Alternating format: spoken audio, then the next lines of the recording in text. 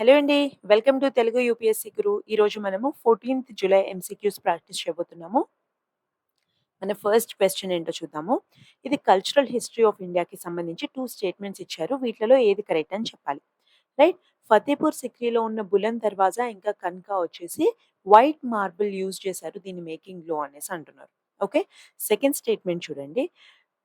బరా ఇమామా బరా ఇంకా రూమీ దర్వాజా ఇవి 2 కూడా రెడ్ శాండ్ స్టోన్ అండ్ మార్బుల్‌ని యూజ్ చేసి వీటిని చేశారు అని అంటున్నారు. రైట్. సో, ఈ 2 స్టేట్మెంట్స్‌లో ఏది కరెక్ట్ అనేది మనం చెప్పాలన్నమాట. ఓకే. సో, ఆన్సర్ వచ్చేసి 2 తప్పండి. ఓకే. సో, ఇక్కడ ఉన్న 2 స్టేట్మెంట్స్ కూడా తప్పన్నమాట. ఓకే. నెక్స్ట్ క్వెషన్ చూడండి. వెస్ట్ టెక్సస్ ఇంటర్మీడియేట్ అని ఏదైతే మనం న్యూస్‌లో చూస్తూ ఉంటామో, ఇది దేనికి సంబంధించింది? It refers to a grade of దేనిది అని అడుగుతున్నారు. రైట్? సో, దీని ఆన్సర్ ఏంటి అంటే క్రూడ్ ఆయిల్ అన్నమాట. ఓకే. సో, నెక్స్ట్ క్వెషన్ చూడండి. ఇక్కడ హైడ్రోజన్ ఎన్రిచ్డ్ సీఎన్‌జీ గురించి మాట్లాడుతున్నారనమాట. ఓకే. సో, మనం ఇది యూజ్ చేయాలి అనుకున్నాం. దేంట్లో? Buses in public transport. Right? So, ఈ బసెస్‌లో యూజ్ చేయడానికి ఇక్కడ కొన్ని పాయింట్స్ ఇచ్చారు. వీటిలలో ఏ స్టేట్మెంట్స్ కరెక్ట్ అని మనల్ని అడుగుతున్నారు. ఓకే. ఎప్పుడైతే ఈ హెచ్‌సీఎన్‌జీ హైడ్రోజన్ ఎన్రిచ్డ్ సీఎన్‌జీ యూజ్ చేస్తామో కార్బన్ మోనాక్సైడ్ ఎమిషన్స్ తగ్గిపోతాయి అంటున్నారు ఫస్ట్ పాయింట్‌లో.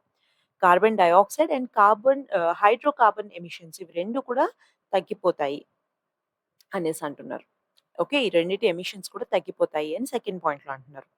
థర్డ్ పాయింట్ చూడండి. ఎప్పుడైతే ఈ హైడ్రోజన్ 1/5 బై వాల్యూమ్ సీఎన్‌జీతో బ్లెండ్ చేశాము అనుకోండి. It can be used as fuel for buses అంటున్నారనమాట. ఇలా బ్లెండ్ చేసి మనము ఆహ్, బసెస్‌కి ఫ్యూయల్ లాగా యూజ్ చేసుకోవచ్చు అంటున్నారు.